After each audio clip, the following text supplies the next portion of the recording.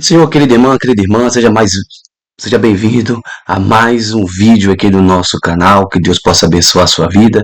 Antes de mais nada, eu gostaria de te pedir para que você curta, comenta, compartilha, ative o sininho de notificações aí do nosso canal. Tenho certeza que você continuará sendo abençoado por Cristo através dessas videoaulas, tá ok? No tema de hoje já está aí na tela, o tabernáculo, a revelação de Deus aos homens. Nós vamos ver um pouco sobre esta temática do tabernáculo. Né? Tabernáculo que ele está descrito dentre toda a Bíblia, tá ok?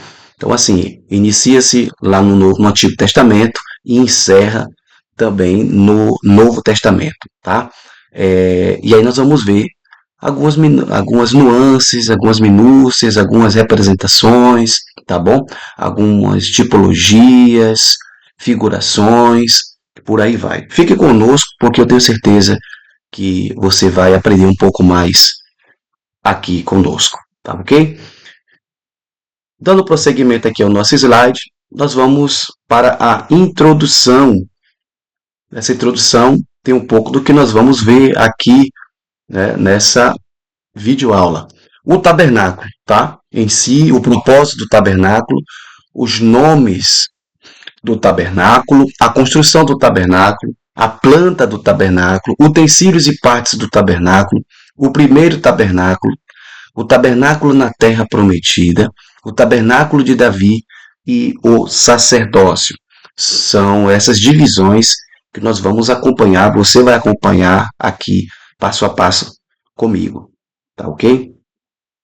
Então, já tendo aqui um panorama do que vai ser falado, vamos para então o primeiro subtópico, né, o primeiro subtema acerca do tabernáculo, que é aí, é, digamos assim, os objetivos, né? Para que servia o tabernáculo? Ou para que serviria o tabernáculo? Por que de um tabernáculo? Né? Primeiro, seria para lembrar de que, no caso o povo de Israel, né, possuíam a bênção da presença divina. Então o tabernáculo era o sinal da presença divina no meio do povo. Segundo, que naquela tenda Deus habitava como rei de seu povo. Então é como se fosse o palácio de Deus. Então, primeiro, para lembrar para o povo que eles possuíam a bênção da presença de Deus. Olha que maravilhoso, né? O fato deles terem um tabernáculo, de o tabernáculo estar ali com eles, era uma representação, né? Era uma maneira de Deus falar assim para eles: olha, eu estou aqui, tá? A minha bênção está sobre vocês, a minha presença está aqui no meio de vocês. E segundo, que aquela tenda, o tabernáculo, era uma manifestação de que Deus habitava como rei de seu povo. Então era o palácio de Deus visível, era, é, vou dizer que o castelo de Deus, digamos assim, né? Que rei vive em castelo, não é? No castelo. E seria ali o castelo de Deus no meio do povo. Deus avisando: olha, eu sou o Rei Supremo, estou no meio de vocês e habito aqui neste tabernáculo. Terceiro, naquela tenda, ou no tabernáculo, Deus recebia homenagem e culto de seu povo. Então era um ambiente também onde o povo ia adorar, onde o povo ia entregar suas ofertas, onde o povo ia cultuar, onde o povo ia se reunir, o povo se reunia ali para adoração a Deus. Um outro ponto é que mostrava o desejo divino de peregrinar, de caminhar junto com a nação de Israel pelo deserto, de guiar e protegê-los até chegarem à terra prometida. Olha só que coisa maravilhosa. Então Deus mostrando o seu desejo de estar com o povo, caminhar junto com o povo, proteger o povo, guiar o povo, tá? Estar de uma forma mais presente, mais visível ali para o povo. Então Deus se mostrava através do tabernáculo. O quinto e último ponto é: o Senhor se diferencia dos deuses pagãos por habitar com seu povo. Então, assim, os deuses pagãos tinham suas imagens, né? suas esculturas, os povos pagãos, eles tinham as suas imagens de escultura. E essas imagens não passavam de simples imagens. Mas o tabernáculo era o Deus vivo, o Deus que é diferente de todos os adorados, outros deuses adorados naquela ocasião. O Senhor, ele se diferencia de todos esses deuses, por quê? Porque o próprio Deus habitava com o seu povo, diferentemente, diferentemente das outras nações, que só tinham uma imagem lá, tá? Mas Deus emanava vida no meio do povo. A partir do tabernáculo, Deus se manifestava como forma visível e passando a mensagem: eu sou vivo e estou no meio de vós. Ainda sobre o aspecto do tabernáculo, nós vamos ver agora um pouco sobre este propósito. O propósito do tabernáculo. Vamos lá. Primeiro, proporcionar um lugar onde Deus habite entre o seu povo, no meio do seu povo. Ali, o Rei Universal podia se encontrar com os representantes do povo. Então, com os sacerdotes, sumos sacerdotes, né, digamos aí, com os líderes do seu povo. E ali Deus também exercia diálogos, principalmente com Moisés, né? Com Moisés e a família, que era sacerdotal.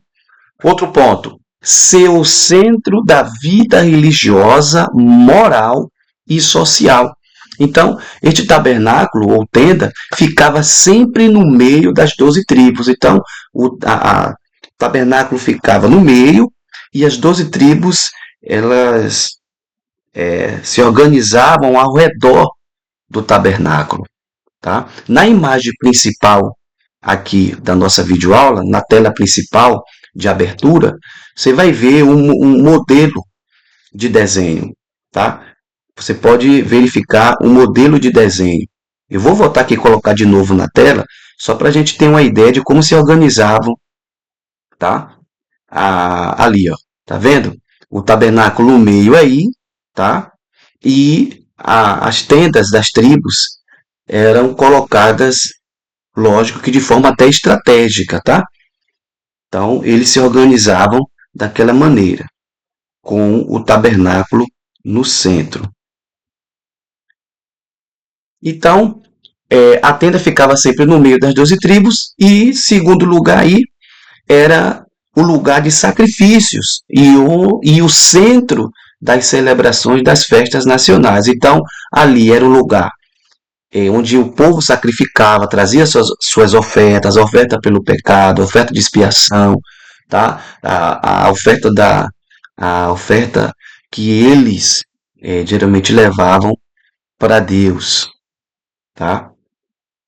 Não necessariamente, não necessariamente da questão do tabernáculo aí, pois por eles serem povos nômades, ainda nessa região, nômade por quê? Porque não tinha um lugar fixo, né? Eles acampavam aqui, agora, daqui a pouco, por ordem de Deus, eles saíam, tinham que ir para outra região, dentro desta peregrinação até a terra prometida. Então, eles não eram povos fixos, eles ainda não tinham se fixado. Para quê? Para que houvesse, por exemplo, plantio, a colheita, tá? Era muito rápido, às vezes ficava um dia, 2 dias, a depender da vontade de Deus ali, que, que ordenava que eles ficassem por um dia, 2 dias, 3 dias, aí era Deus que ia determinar, tá?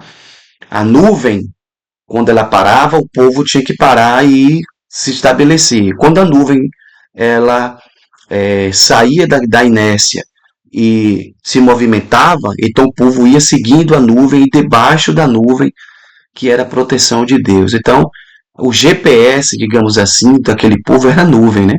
O GPS de Deus. A nuvem se movimentava e se direcionava, o povo estava debaixo dela, desarmava as tendas, desarmava o tabernáculo e seguia a nuvem.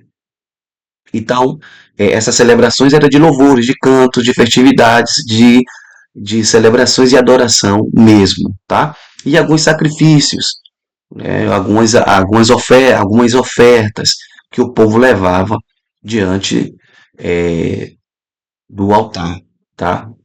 Diante do altar do holocausto. Lógico que ali eles também tinham, muitos povos ali, muitas das tribos tinham, né, seus animais, suas criações, e traziam sacrifícios e ofertavam exatamente aí para que todos pudessem terem uma vivência, uma convivência e também o sacrifício dos animais. Então, outro ponto, representar grandes verdades espirituais. Então, o tabernáculo de Deus era a representação das verdades espirituais, as manifestações das verdades espirituais. Deus se manifestou poderosa e ricamente através do tabernáculo. Tá? Então, voltando à tela principal lá, a gente pode até ver, pode até presenciar e a gente pode até presenciar que Deus respondia com fogo. Aí, ó, o fogo, né? Deus respondia com fogo. Essa imagem aí principal. Aqui o fogo descendo na tenda. Isso aí era a resposta de Deus que respondia com fogo, dizendo: Olha, eu recebi o sacrifício. Pode ver a fumaça subindo do sacrifício e Deus respondendo com fogo, de forma poderosa, né? Agindo de maneira poderosa.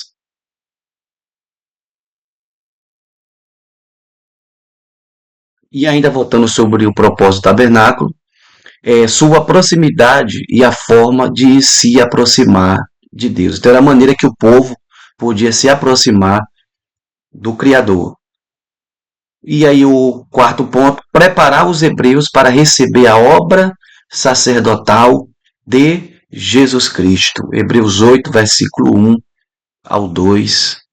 Se você quiser aí na sua casa abrir e acompanhar, esteja à vontade, fique à vontade. Tá ok? Então, você pode acompanhar aí.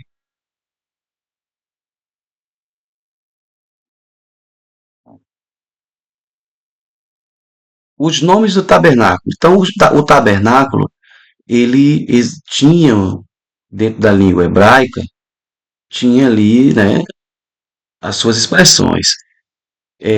Mishkan, o Skene, que é tabernáculo ou tenda, tenda ou tabernáculo, por sua cobertura exterior, que o assemelhava a uma tenda, tenda da congregação, porque ali Deus se reunia com seu povo, tabernáculo do testemunho, por conter a arca e as tábuas da lei, e santuário, que testificava a santidade de Deus e da pecaminosidade do homem. Então, esses são os nomes úteis que você pode encontrar na Bíblia quando lê ou estudar acerca desta temática, né? Um pouco mais profunda. A construção do tabernáculo. Então, como é que se deu essa construção ali, né? Então, assim, ó, Deus fala aos homens, aos filhos de Israel, que trazem, para eles trazerem ofertas. Então, fala aos filhos de Israel que me tragam ofertas de todo homem cujo coração o mover para isso. Dele recebereis a minha oferta. Êxodo 25, do 1 ao 9, né?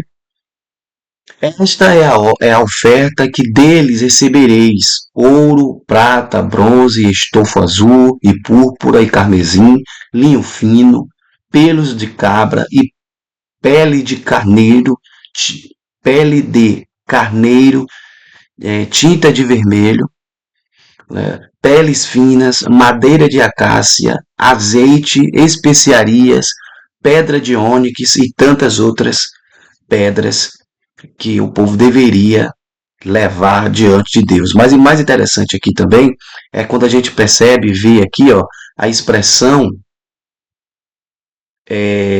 cujo coração o mover para isso, ou seja, tinha que ser de maneira espontânea, tinha que ser, sabe, com coração espontâneo, com coração voltado de fato para as coisas de Deus. Não era obrigatório. Deus não estava exigindo uma obrigatoriedade, não. É todo aquele que o coração voluntariosamente se movesse para esta doação. se movesse para este momento de oferta, tá? Então, assim, fale aos filhos de Israel para que tragam. Mas, assim, eu só quero e só aceito a oferta daquele homem cujo coração se mover de uma certa forma, né? Se mover de forma verdadeira, se mover de forma fidedigna, de forma fiel, né? Com o coração contrito, quebrantado, entendendo que essa oferta é para benefício do próprio tabernáculo, né? Para benefício de uma vida espiritual, para que eu possa habitar e será construído exatamente como aquilo que os filhos de Israel possuíam. Então, e esta é a oferta que deles recebereis. Qual era a oferta que Deus que requeriria, ou requereu, ou pediu para que fosse trazida? Ouro, prata, bronze, estofo, então todos esses elementos aí, todos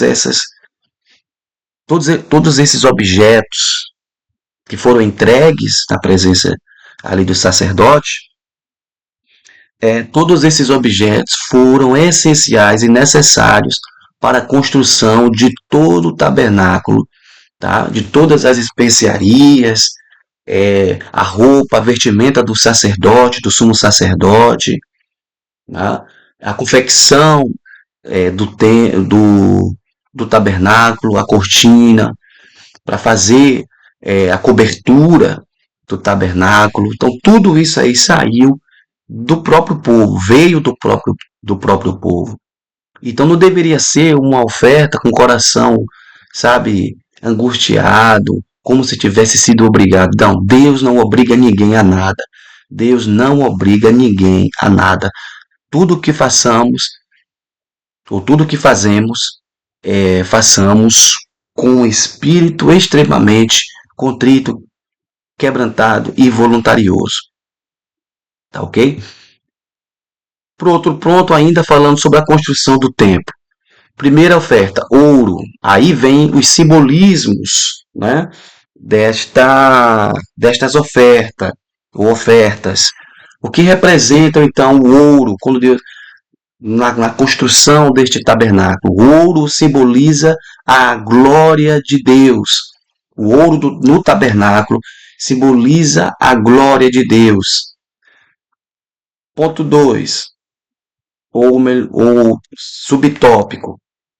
As tábuas que constituíam as paredes, o que elas simbolizavam? Essas tábuas que constituíam as paredes, elas simbolizavam a vida do homem regenerado, o qual é revestido da glória de Deus. Então, se as tábuas é a representação do homem regenerado, que é revestido da glória de Deus, então significa que essas tábuas, os seus artifícios, os seus ourives, ou os carpinteiros, ou aquelas pessoas que foram capacitadas pelo Espírito Santo para fazerem o tabernáculo, com certeza cobriram algumas tábuas, a maior parte delas, de ouro, dizendo: olha, a tábua revestida de ouro é o homem revestido e regenerado pela glória de Deus. A mesa dos pães asmos.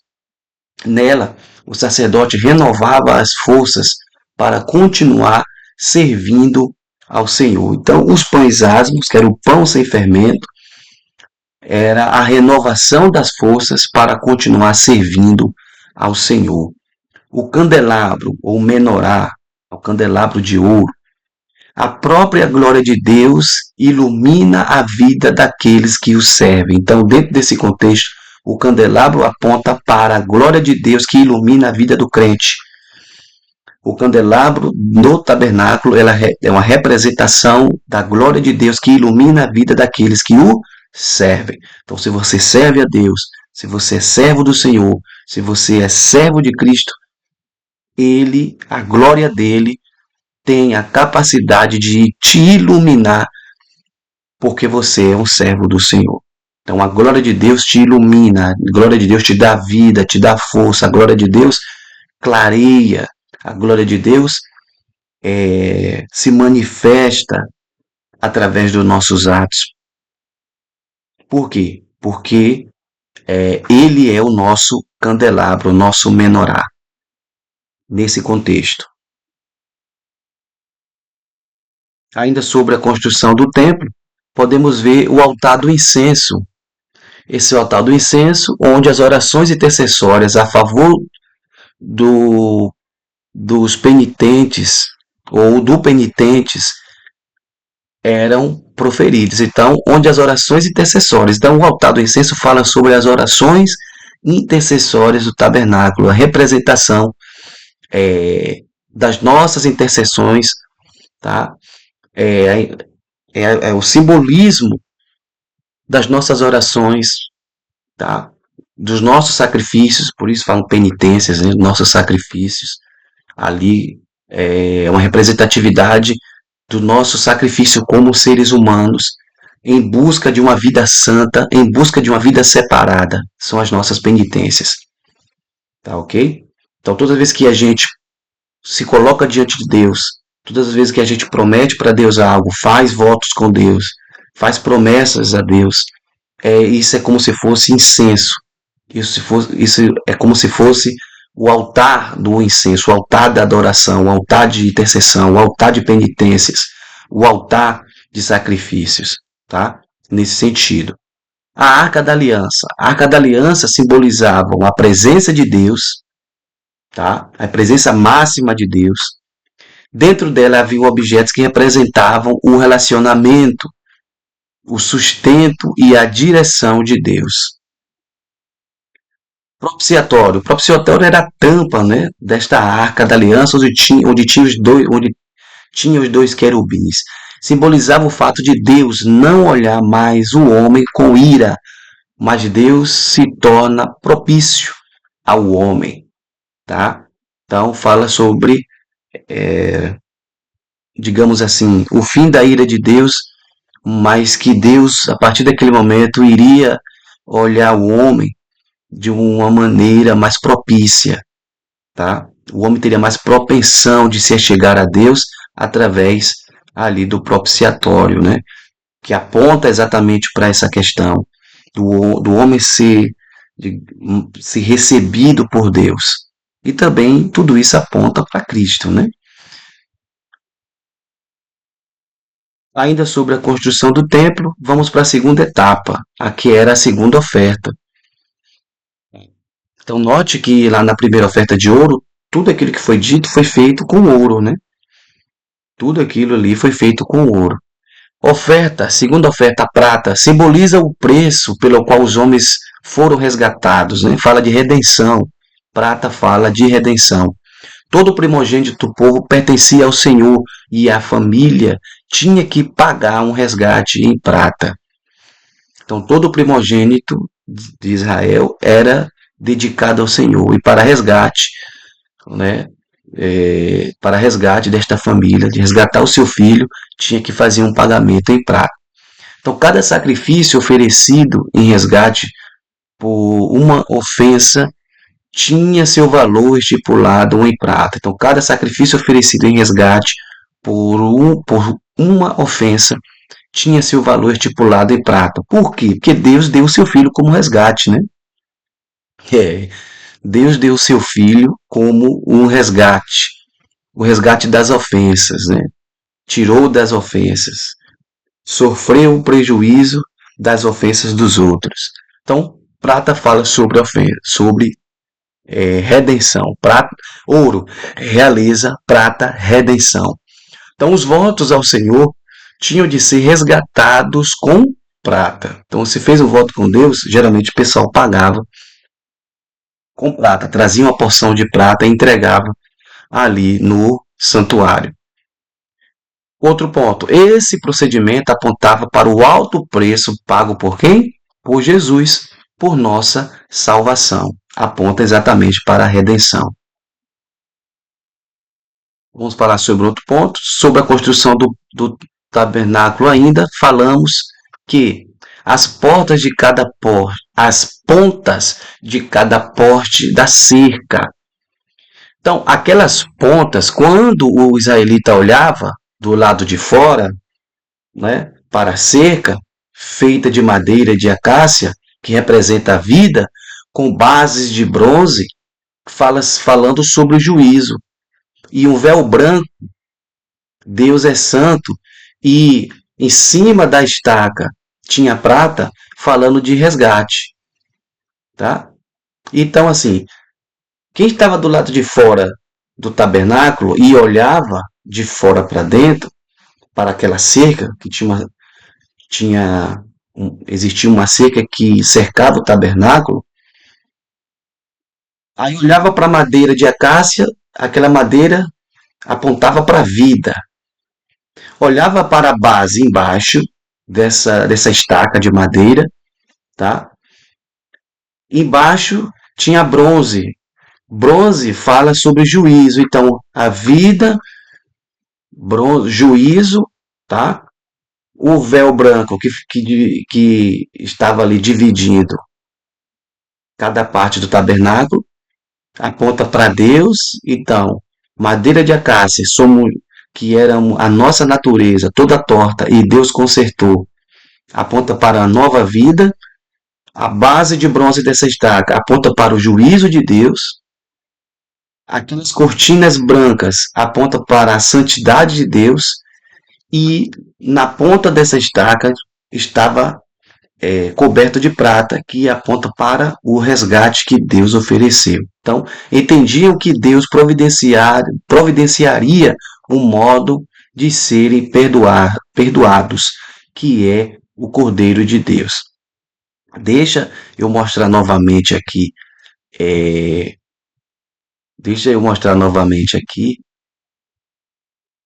o tabernáculo.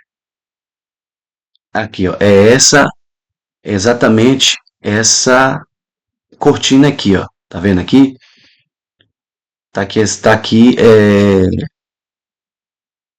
cercar essa cerca aqui, ó. O tabernáculo no meio e essa cerca aqui de fora. Então, quem olhasse de fora, tivesse da tenda aqui do lado de fora, olhando de fora para dentro, podia perceber o seguinte, podia exatamente ver aqui na base prata, tá ok? Na base, não, base embaixo. Na base aqui bronze, aqui embaixo junto à terra, à terra, né? Bronze. Essa estaca aqui, ela era de acácia, tá bom? E no topo dessa estaca aqui tinha prata. Então, a madeira de acácia aponta para a vida humana. A base, que é embaixo, aponta para o juízo, que estava aqui de bronze, era coberta de bronze. E o topo da estaca era revestida de prata, que aponta para a redenção. Só, e aqui, ó, tá vendo aqui essa espécie de cortina branca? Aponta para a santidade de Deus. Então, olha o tanto de simbolismo apenas aqui. Então, a madeira de acácia apontando para a vida, para a nossa vida, a base apontando para o juízo e o topo apontando para a redenção. E perceba que a estaca ela era revestida com esse linho branco aqui, ó. Né? Então, ela era revestida, era coberta, era enrolada, envolvida com esse manto branco. Esse manto branco aqui, ela aponta para a santidade de Deus. Então, a nossa vida humana, que é a madeira de acácia, foi revestida pela santidade de Deus, cujo a base desta santidade é o juízo, a justiça de Deus. E o topo, que está ali de bronze ou de prata, aponta para a redenção, tá? Para baixo juízo, no meio santidade e em cima redenção. É o evangelho, né? Aponta aqui para Cristo e a sua pregação do evangelho. Eu sempre estou voltando aqui essa imagem para que a gente possa ter um pouco mais de esclarecimento acerca dessas tipologias, que com imagem talvez fique até melhor de ser compreendida. Tá ok? Então, pegando esse gancho aqui, a gente já tem uma construção tipológica, né? Já tem uma construção muito boa, tipologicamente falando. Uma outra coisa, as bases de sustentação. Vamos lá? Então, as bases de sustentação de cada tábua do tabernáculo, que é a vida, né? Que é apontando para a vida. A base para uma vida restaurada na presença, na presença do Senhor é o sangue derramado como resgate. Então, as bases da nossa sustentação de cada tábua, é isso? Que tábua ali representa a nossa vida, a base dela, que é de bronze, aponta também para o derramamento do sangue, que é uma espécie de juízo de Deus sobre o pecado e a morte e o diabo. Oh, glória! Maravilha, glória a Deus. Olha só, né, irmãos, quanto simbolismo no tabernáculo, né? Cristo no tabernáculo, o Evangelho no tabernáculo. Isso é muito bom, muito profundo. Ainda falando sobre a construção do tabernáculo, a terceira oferta de bronze, né? O que é que significaria ali então o bronze? Símbolo de juízo divino contra o pecado, não é isso?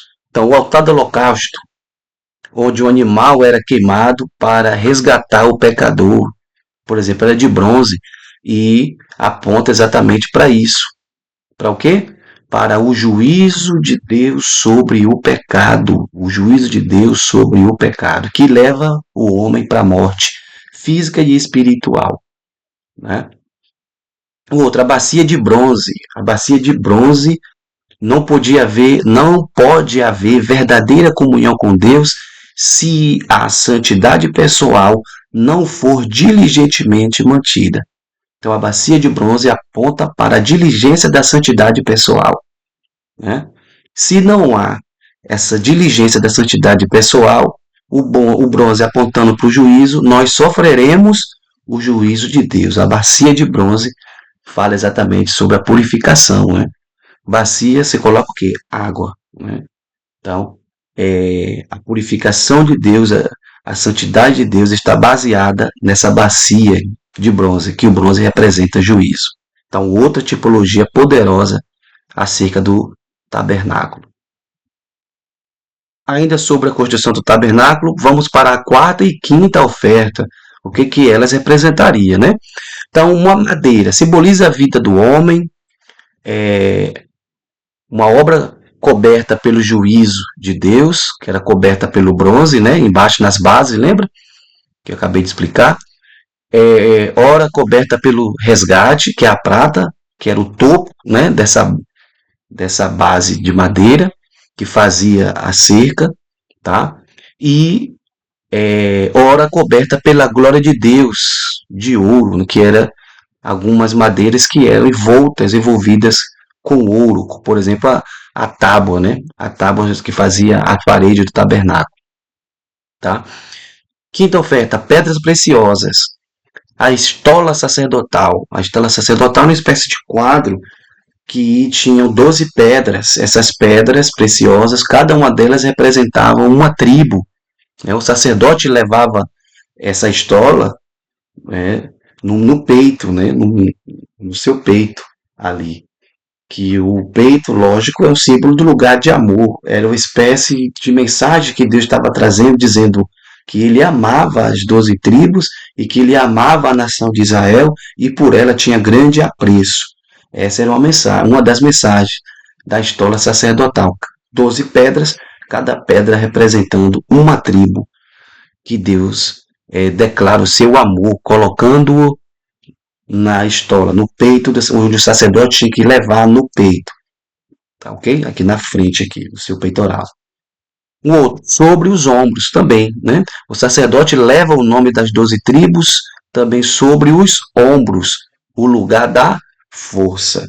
Então, tanto em cima, nos ombros, tinha pedras preciosas, tanto nessa estola sacerdotal aí, que era no peito, tá ok? Que é representando o amor de Deus e nos ombros representando a força. Glória a Jesus. Sexta oferta aqui da construção do tabernáculo. A construção do tabernáculo. A sexta oferta, tecidos, que eram extremamente importantes para as vestes sacerdotais. e tudo o que era feito de tecido no tabernáculo, que apontava para a obra do Senhor Jesus Cristo. Púrpura, que é roxo, né, representa, expressa a realeza. O carmesim, que é vermelho, lembra-nos do sangue, tá? Lembra-nos do sangue de Cristo. Linho branco fala da pureza de uma vida santificada. E o estofo azul lembra-nos o céu, morada de Deus. Maravilha. Então, todos esses tecidos apontam para uma verdade espiritual. Então, vamos ver agora um pouco sobre a planta do tabernáculo. Tá? Vamos ver um pouco aqui sobre esta planta. Olha só, podemos ver a porta aqui, né? Aqui o lugar principal, aqui é a porta. A gente pode ver aqui a porta. Aí, assim que entra pela porta tem um altar. Depois do altar, a pia. Aqui, nesse primeiro plano, na letra A, fala sobre o pátio. Agora é interessante que o nome dessa porta aqui é caminho, tá? É caminho, caminho para o pátio. Na figura B, a gente vê o lugar santo, que tem um menorá, né? Aqui, ó, você for entrando do seu lado esquerdo, tem um menorá. Do lado direito tem a mesa de pães, né, dos pães asmos, né, com o pão sem fermento. E você pode ver no centro, de frente com a segunda porta, um outro altar. Agora preste atenção, que na que, opa, puxei aqui.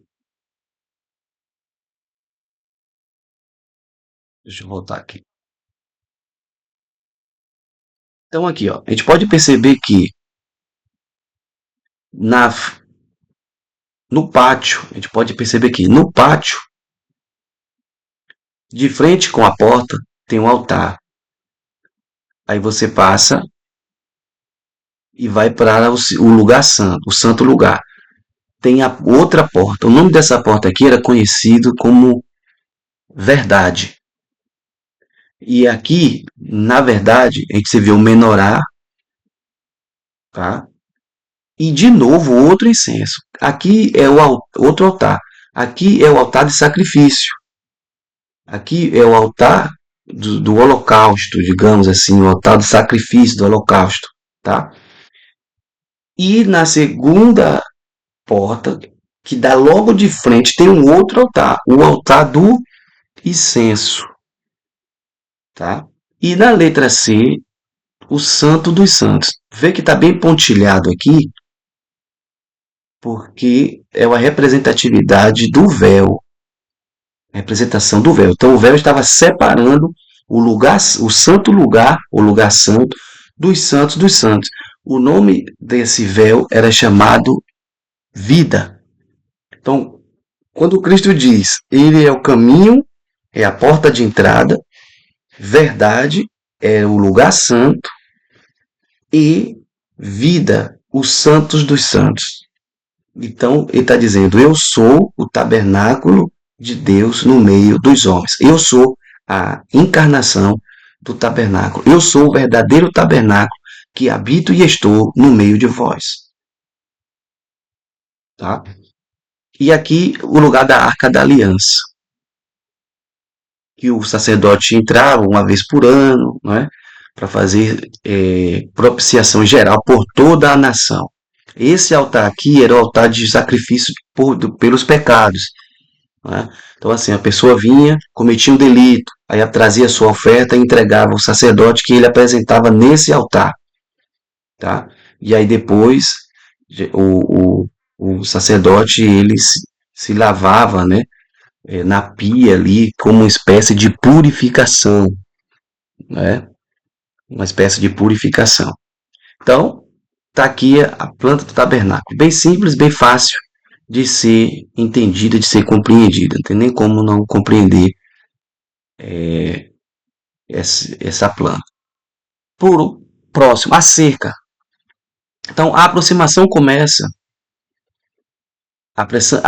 a aproximação começa com a consciência do pecado. Então, assim, quando o israelita olhava do lado de fora para a cerca, feita de madeira de acácia, que é a vida, com bases de bronze, juízo, um véu branco, Deus é santo, e no cume de prata, resgate, entendiam que Deus providenciaria um modo de serem perdoados, no caso o cordeiro. Então vamos ver aqui mais detalhadamente. Então a cerca já está dizendo aqui, né? Toda essa base montada ao redor do tabernáculo, tá? Então, aqui, ó, na cerca, essa base aqui embaixo, era de bronze. Essa base de bronze representa o juízo. A madeira aqui, que é a base central, que é a madeira, que é aqui o ponto central, era madeira de acácia. Embaixo tinha os pés de bronze e em cima a cabeça de prata. Vamos dizer assim nessa linguagem para ficar melhor. Então a cabeça de prata, a base embaixo de bronze, a madeira de acácia no meio para dar sustentação aqui ao véu branco.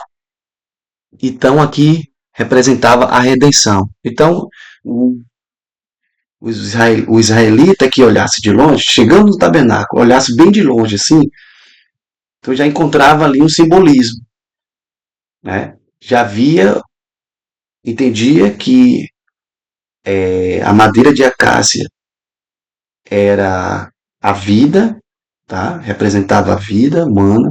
As suas bases de bronze representavam o juízo. O véu branco representava estava dizendo, transmitindo mensagem de que Deus é santo. E ali no cume, ou em cima, na parte superior desta base aqui, ou desta madeira de acácia aqui, na parte superior, era recheado ou era colocado bronze, né, que representava a redenção. Então, olhando para toda a composição, poderia ser entendido que Deus estava providenciando um modo deles serem perdoados. E esse modo de serem perdoados está no Cordeiro de Deus. O Cordeiro de Deus que tira o pecado do mundo, né? Ainda sobre a entrada agora, tá? Sobre a porta, que é chamado de caminho, como eu falei, né? O que podemos aprender então desta porta? Então, nesta porta aqui, existiam alguns tecidos que compunham essa porta, e cada uma delas tem uma representatividade. Então, a cor púrpura expressa a realeza, carmesim lembra do sangue, o linho branco, pureza e santidade, o linho branco vocês podem ver ali, né? O estofo azul, céu, morada de Deus. Então, a porta era o único meio de entrada e tinham 4 colunas. Você pode ver uma, duas, três, 4. Então, tinham 4 colunas, tá? Então, essas 4 colunas aqui fala e apontam para os evangelhos, que são 4 evangelhos, são 4 colunas do Novo Testamento ou da Nova Aliança. Que aí pode ver Mateus, Cristo é representado como rei, e Marcos, Cristo é representado como servo, terceiro Lucas, como Cristo representado como varão perfeito, e João apresenta Cristo como verdadeiramente Deus.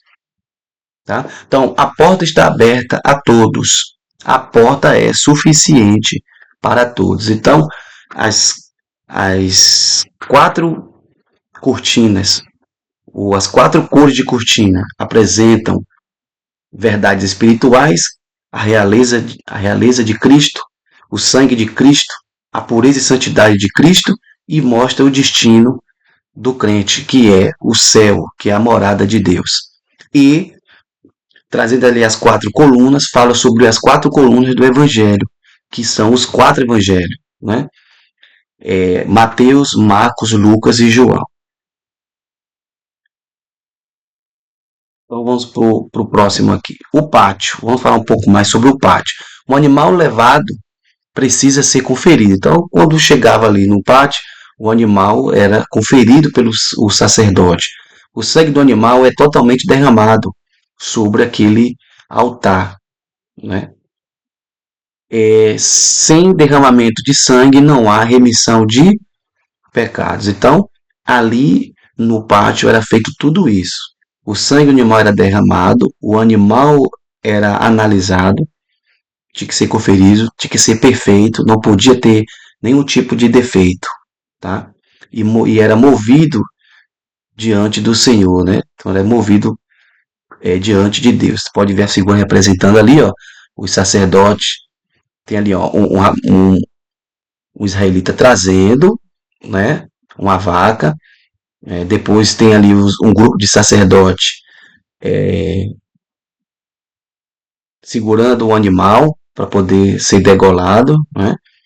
E depois que era degolado, é derramado todo o sangue, tá vendo o outro sacerdote com a bacia cheia de sangue aqui, né? Depois pegavam aqui esse animal e sacrificavam, né? Que o animal tinha que morrer pelos pecados da nação. E era assim que era feita a expiação pelo perdão de pecados ou ofensas e por aí vai. Um outro é o altar do holocausto ou dos holocaustos, hein? Que fala sobre a expiação desse holocausto aqui, ó, desse altar. O altar era o lugar da expiação. Expiação é substituição, né? Então, assim, onde o animal era colocado ali em cima, né? E era totalmente assado, digamos assim, né? E aquela fumaça da carne subia do animal, né? Subia e até as narinas de Deus e Deus respondia com fogo, como um ato de aceitação da expiação. O outro ponto, o altar do holocausto, ou dos holocaustos. Então aqui, ó, altar, lugar elevado ou lugar de sacrifício. Olos, inteiro, caumatizo, queimar, ou queimar por inteiro, né? Literalmente, sacrifício queimado inteiro. Sua construção foi um quadrado no mundo antigo, simbolizava a perfeição. Então, ele foi feito nas medidas, né? Ali certinhas, comparativas, na mesma medida de cada parte desse quadrado, que no mundo antigo o, o quadrado representava ou simbolizava a perfeição. Um outro ponto, de madeira de acácia e revestido com bronze. Tá? Veja aí, de madeira de acácia, ele foi feito de madeira de acácia. Madeira de acácia fala sobre a natureza humana, tá? Fala sobre a vida humana. Revestido de bronze ou com bronze. Bronze nós já vimos que é juízo, tá? Então, assim, é o juízo de Deus sobre a nossa natureza pecaminosa. 4 chifres que enfatizam o poder do sangue. 4 chifres que em cada ponta tinha um chifre. Esses chifres apontam para o poder que há no sangue de Cristo. Vamos traduzir sempre para os nossos dias, sempre para a gente, tá? Então, os 4 chifres ali, os 4 chifres apontam e enfatizam o poder do sangue, tá? Então, o fogo foi aceso pelo próprio Deus. Levíticos 9, versículo 24. E deveria ser conservado no incensário para não se apagar. Então, assim, quem acendeu primeiramente o fogo foi Deus. Deus acendeu e agora deveria ser conservado esse fogo no incensário para não se apagar. E o fogo representa dois aspectos do caráter de Deus, a purificação e também o julgamento. Sacrifício pela substituição, pela remissão e pela propiciação. Tá ok? Então vamos para o outro tópico aqui. Vamos falar agora sobre o altar dos holocaustos, ou do holocausto. Porque o corpo dos animais, olha só como é que era aqui, ó, a explicação. Porque os corpos dos animais cujo sangue é, pelo pecado, trazido pelo sumo sacerdote para o santuário, são queimados fora do arraial. E por isso também Jesus, para santificar o povo pelo seu próprio sangue, padeceu fora da porta. Então, o que? O corpo dos anim... o- os corpos dos animais cujo sangue é pelo pecado trazido pelo sumo sacerdote para o santuário são queimados fora do arraial.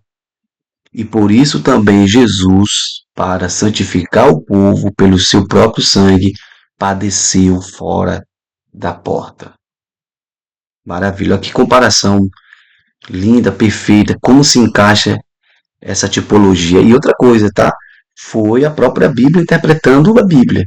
Hebreus 13, versículos 12 e 12. Maravilha. Então, o lavatório. O lavatório era um lugar de purificação, né? Tá aí a imagem do lavatório, da bacia de bronze, né? O lavatório, feito com os espelhos das mulheres. Era de bronze maciço. Imagine, os próprios espelhos que geralmente eram de bronze, porque naquela época ainda não havia descoberto o vidro, né? Porque espelho reflete, é um vidro, um tipo de vidro, e ainda não tinha descoberto essa questão do vidro para fazer o espelho como nós conhecemos hoje. Então, como que as pessoas viam o reflexo do seu próprio rosto? Exatamente através dos utensílios de bronze, né? Através dos utensílios de bronze, que refletia as suas imagens. Então aqui, ó, a água. A água fala do que? Da necessidade de purificação antes de prestar serviços ao Senhor. Representa o poder purificador da palavra de Deus. Então, não tem como você oferecer um serviço a Cristo, sendo que você não passou pela lavagem da palavra, não passou não passou pelos ditames cristãos, pelas regras bíblicas do cristianismo, né? É necessário que haja o batismo nas águas, é necessário que haja o arrependimento, é necessário que haja uma purificação desta pessoa, para que haja, é necessário que haja também a promoção dos frutos do Espírito, do fruto do arrependimento, e por aí vai, tá ok? Para que a pessoa possa começar a executar e a prestar um serviço ao Senhor. Não, tem que ser purificado, tem que passar pela purificação, para depois essa pessoa exercer serviço cristão. E a gente vê por aí muita gente prematura, realizando obras, fazendo coisas, e muitas das vezes nem passou por este processo ainda de purificação, né? A gente vê muito isso por aí. Então, muito cuidado. O espelho, o espelho ajuda ao quê? A identificar, né? O espelho ajuda a identificar. Então, esses espelhos dessas mulheres, que eram feitos de bronze maciço, né? Foram dados de oferta por essas mulheres para que pudesse ser construído o que? Exatamente o lavatório. Então, o pecado, o espelho ajuda a identificar o pecado, lógico, revela o estado de toda a humanidade, como está o seu estado, o espelho vai te revelar. Se você olhar no espelho, você vai ver os defeitos da sua pele, você vai ver os defeitos físicos, né? E isso é uma maneira de revelação, de revelar os defeitos da humanidade, é uma ponta para isso. Mostra quais são os pecados específicos, torna claras as consequências do pecado, mostra que foi o pecado que matou o animal, e revela Deus na santidade que ele espera de todos os seus filhos. Tudo isso o lavatório fala, e também utilizando a figura do espelho, né? Já que foi feito com os espelhos das mulheres. Ainda sobre o lavatório, a pureza moral está intrinsecamente ligada à adoração cultica, ou adoração do culto, ou a maneira de cultuar. Outro ponto, a santificação sem a qual ninguém verá ao Senhor. O lavatório aponta para isso.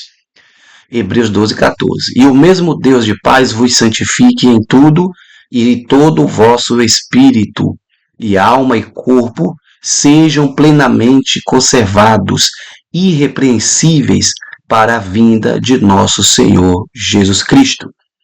Temos aí 1 Tessalonicenses 5, 23. Cobertura do tabernáculo. Esta cobertura, está aí a imagem. Vamos ver um pouco mais sobre ela detalhadamente, tá? Então vamos lá. Isso aqui é muito, muito bom. Você que gosta de tipologias, ó, pregar em tipologias, isso é muito gostoso, muito bom. Porque, assim, dá um esclarecimento para quem não tem, assim, de uma forma poderosa. Primeira, pele de animais marinhos. Cobertura do tabernáculo. Primeiro, pele de animais marinhos. Qualidade térmica e aspectos simples. Jesus veio ao mundo sem nenhum atrativo. Aponta para isso. Olha que gostoso. Isso aqui dá para pregar, irmão. Isso aqui dá para você fazer um esboço, ler o texto e exatamente pregar. E trazer essas conexões aí, né, para os textos de Isaías e para os outros textos que corroboram com esta temática. Ó, segundo, pele de carneiro tingida de vermelho. Simbolizava que para entrar na presença de Deus era preciso derramamento de sangue. Carneiro com pele tingida. Então, se a pele do carneiro tinha que ser branca, o carneiro, o cordeiro, tinha que ser puro, tá? Não podia ter defeito. E de repente, esta pele desse carneiro é tingida de vermelho. Fala sobre o quê? Exatamente a presença de Deus, ou fala sobre a entrada na presença de Deus através do derramamento de sangue. Terceiro, a coberta também era feita de pelos de cabra branca, que fala da pureza, santidade e ausência de pecados. Quarto, tecido de 4 cores intercaladas e querubins bordados em ouro. Aponta para o quê? O sacerdote só poderia contemplar a glória de Deus se estivesse servindo. Vamos para as cortinas do tabernáculo. Ali falando da cobertura, vamos falar sobre as cortinas do tabernáculo. Então, assim, do mesmo material e padrão da quarta cobertura, né? A cortina do átrio, salvação, a cortina da tenda, ministração, a cortina interna ou véu, mediação. Então, a cortina do pátio, salvação, a cortina da tenda, ministração, a cortina interna, que era o véu, a mediação. Eis que o véu do santuário se rasgou em duas partes, de alto a baixo. Tremeu a terra, fenderam-se as rochas. As tábuas do tabernáculo. As tábuas simbolizavam a vida do homem que foi resgatado e regenerado, o qual é revestido de ouro, né? Da glória de Deus. Maravilha. Estão aí as imagens. Os pães da proposição. Os pães da presença do Senhor. Representa os pães da presença do Senhor. O incenso nas taças, que é ofertas ao Senhor, e fortalecimento para Israel e para a liderança. Tudo isso propunha os pães da proposição. Os pães da proposição. Ainda falando sobre eles, Cristo disse: Eu sou o pão da vida, aquele que vem a mim não terá fome, e quem crê em mim nunca terá sede. Ainda Jesus falando: Eu sou o pão vivo que desceu do céu. Se alguém comer desse pão, viverá para sempre. E o pão que eu der é a minha carne, que eu darei pela vida do mundo. O outro Aí é o candelabro de ouro, né? Então, o que é que representa esse candelabro? Falou-lhes, pois, Jesus outra vez, dizendo: Eu sou a luz do mundo. Quem me segue não andará em trevas, mas terá a luz da vida. Se o candelabro de ouro representando a realeza, estava falando sobre Cristo como Rei do mundo, das nações, que pela qual ele é a luz do mundo. Um outro texto aí em Isaías 11:2. E repousará sobre ele o Espírito do Senhor, e o Espírito de sabedoria, e o Espírito de inteligência, e o Espírito de conselho e de fortaleza, e o Espírito de conhecimento e de temor ao Senhor. Então, olha lá. É o Espírito do Senhor, o Espírito da sabedoria, o Espírito de inteligência, o Espírito de conselho e de fortaleza, o Espírito de conhecimento e o Espírito de temor. Esses são os sete Espíritos de Deus, os sete Espíritos, tá? É até considerado aí como os sete Espíritos, tá? Ou aplicação do Espírito, tá? O que é que o Espírito faz? Tá aí. Lembre-se que é o Espírito com E maiúsculo, o Espírito Santo, tá? Então era a operação do Espírito Santo na vida de Jesus. Se dá dentro dessas sete formações, dentro dessas sete aplicações do Espírito Santo agindo em Cristo. O azeite para a unção. O azeite para a unção. Também tinha lá no tabernáculo esse azeite específico, né? Para ungir os, os sacerdotes, né? O sacerdote ungir também ali as pessoas. Por aí vai. O azeite para unção, feito a partir de especiarias raras e aromáticas proveniente de terras distantes. Unção era um sinal da presença divina sobre os objetos. Então, a separação para Deus.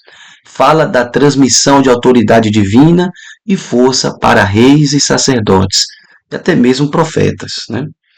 O Espírito do Senhor está sobre mim, pelo que me ungiu para evangelizar os pobres, enviou-me para proclamar libertação aos cativos e restauração da vida aos cegos, para pôr em liberdade os oprimidos e apregoar o ano aceitável do Senhor. O altar de incenso. Então, o altar de incenso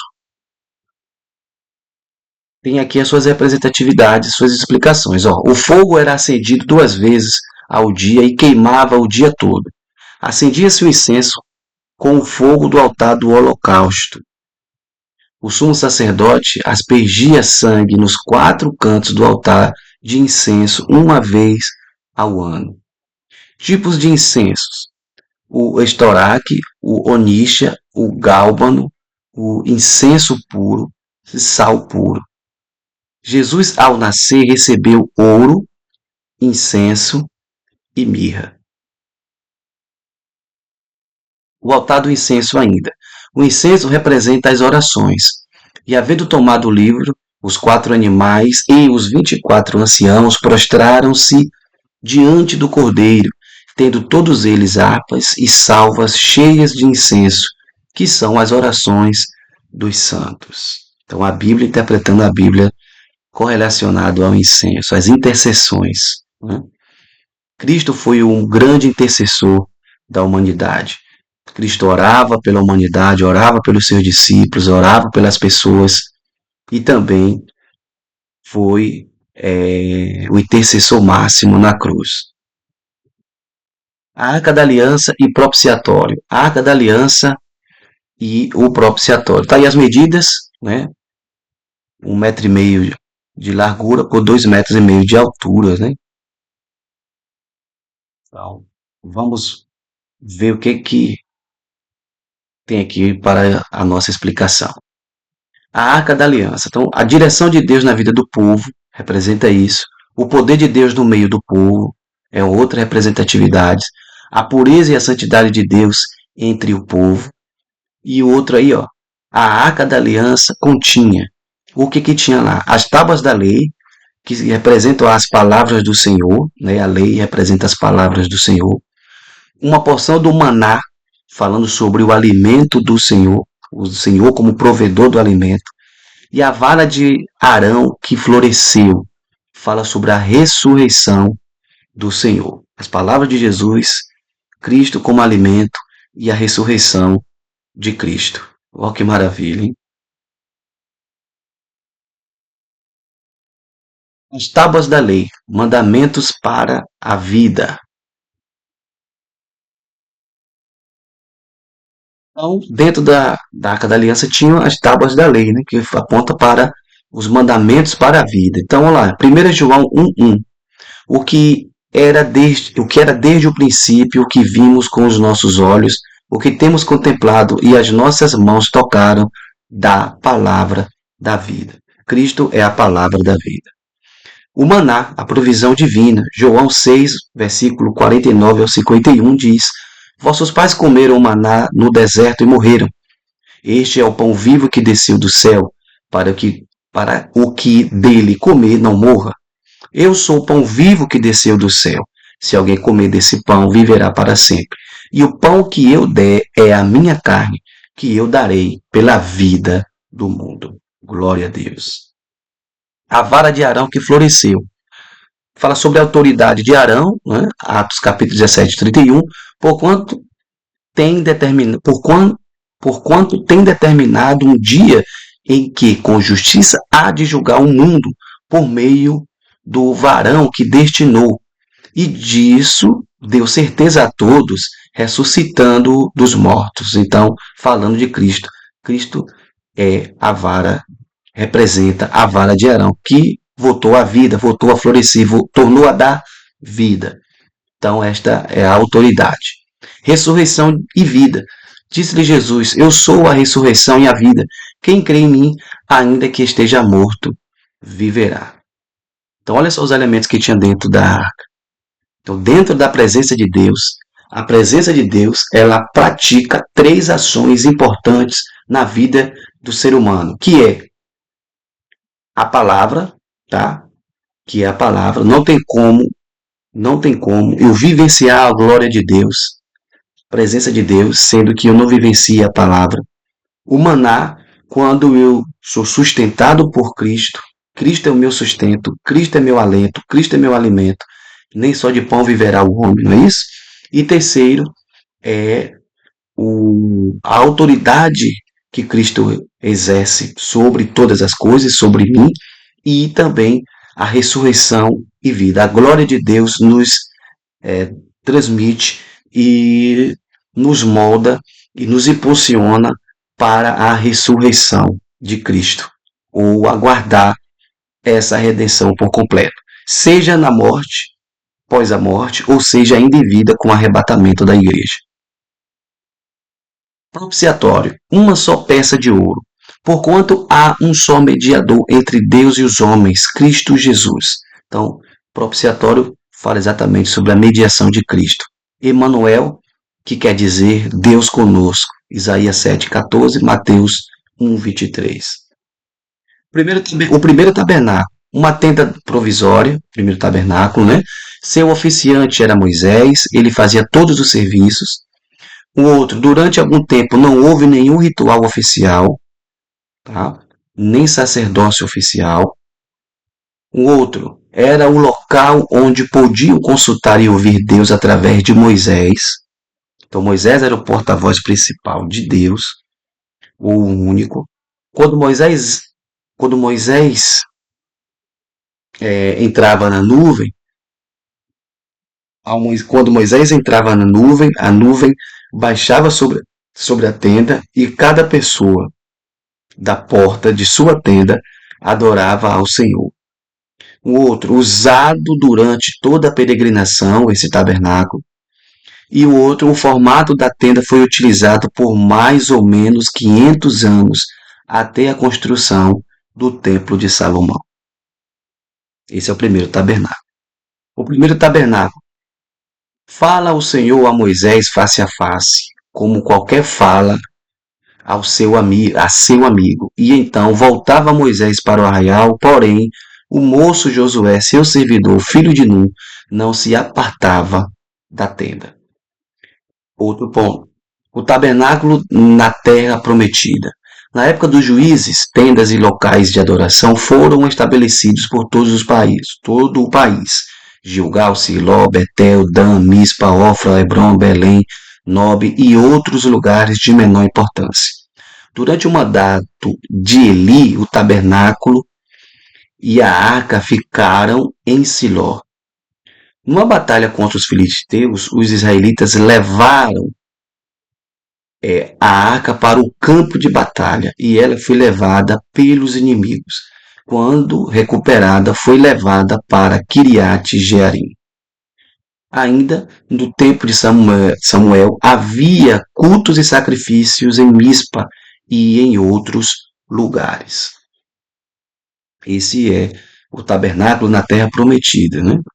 O tabernáculo de Davi. Embora não fosse o tabernáculo completo, Davi construiu uma tenda em Jerusalém para abrigar a arca de Deus. Durante o tempo, ela ficou na casa de Abinadab. Isto aconteceu quando Davi conquistou Jerusalém. Depois, Davi construiu esse tabernáculo no Sião. Na época, os utensílios essenciais do tabernáculo estavam distribuídos entre Jerusalém e Gibeon. Depois, com a construção do templo, toda a mobília do tabernáculo foi reunida e Jerusalém se tornou o centro do verdadeiro culto divino. Então, o tabernáculo cede lugar ao templo. O templo foi planejado por Davi, mas construído por Salomão. O objetivo principal do templo era centralizar o culto a Yahvé em Israel, ensinar e centralizar os israelitas a adorarem somente a Deus. O outro ponto aqui, né, o quarto ponto. O programa de adoração no templo era extremamente organizado e complexo. O sacrifício. Sumo sacerdote. Arão e sua descendência. O sacerdócio. Tinha o sumo sacerdote, que era Arão e sua descendência. Apenas um de cada vez. E outro ponto, o único a entrar no Santo dos Santos uma vez ao ano era o sumo sacerdote. E o sacerdote? Esse é o ministério sacerdotal, tá? O sacerdote tinha que ser da tribo de Levi, podiam ser vários para o ofício contínuo do tabernáculo. Os levitas também tinham que ser da tribo de Levi, especialmente, né? Separadamente ali, por ministério. E eram assim vários, né? Vários levitas para todo tipo de trabalho do tabernáculo. Então, o sumo sacerdote. Malaquias 2,7 diz assim, ó, porque os lábios do sacerdote devem guardar o conhecimento, e da sua boca devem os homens procurar a instrução, porque ele é mensageiro do Senhor dos Exércitos. O sumo sacerdote. O sumo sacerdote com vestes de glória e ornamento. Aí vem o peitoral, né, o cinto de obra esmerada do éfode. Aqui, ó, letra em amarelo, duas ombreiras, né? Tem duas ombreiras. Manto do éfode, as cadeiazinhas de ouro, urim e tumim e a mitra. Essa era a vestimenta do sacerdote, tá? Então, as cores das vestes sacerdotais. Ouro representava a justiça divina, o azul falava do céu, né? A púrpura, realeza, tá? E carmesim, cor real de Israel. E o linho fino torcido, obras perfeitas. Os nomes no peitoral e nas ombreiras do éfode. Então, as ombreiras apresentava ali as 12 tribos, a tribo de Rubens, Simão, Levi, Judá, tribo de Dan, Naphtali, tribo de Gad, de Isacar, Zebulon, José, Benjamim, tá? E por aí vai. As 12 tribos. O peitoral também tinha as 12 pedras, cada uma representando uma tribo, formando 12 pedras do peitoral. O sumo sacerdote ainda. Suas funções: servir como mediador entre o povo e Deus, interceder pelo povo, expiar o pecado mediante sacrifícios, consultar a Deus para discernir a vontade divina. E quinto, ser intérprete e mestre da lei e ensinar ao povo os estatutos do Senhor. Ainda sobre suas qualificações: não ter defeitos físicos, ser casado com uma mulher de caráter exemplar, não devia se contaminar com os costumes pagãos, não tocar em coisas imundas. Então, o sacerdócio em geral, né? O papel do sumo sacerdote no Velho Testamento era determinado por 3 elementos. Quais são eles, então, né? O chamamento e eleição de Deus. Então, o papel do sumo sacerdote no Velho Testamento era determinado por 3 elementos: o chamamento e a eleição de Deus e a reconciliação. Chamamento, eleição e reconciliação. Diz o Senhor a Arão: tu e teus filhos e a casa de teu pai, contigo levareis sobre vós a iniquidade relativamente ao santuário.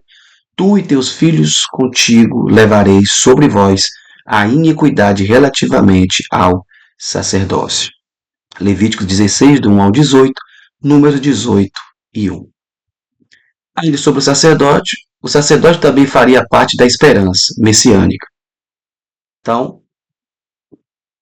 reconciliação, esperança e governo. Essa era a base,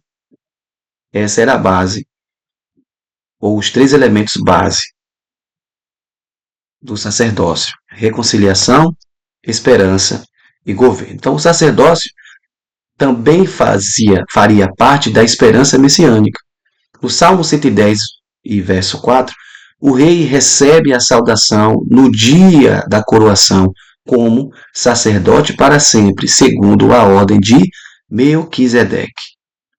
Outro ponto, sobre governo. A reunião da realeza e do sacerdócio em uma só pessoa. Então, a reunião da realeza e do sacerdócio se resume em uma só pessoa, ou seja, governo. Ele mesmo edificará o templo do Senhor e será revestido de glória. Apontando, lógico, tudo isso para Cristo, né? Assentar-se-á no seu trono e dominará e será sacerdote do seu trono e reinará perfeita união entre ambos os ofícios. Então, aqui, ó, unindo o que? Realiza, governo. Então, o rei sentado no seu trono, exercendo uma função de sacerdote. Isso é Cristo. Somente Cristo exerceu a tríplice função.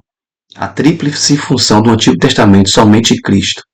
Somente Cristo foi rei, sacerdote e profeta. Você vai encontrar sacerdote e profeta em alguém.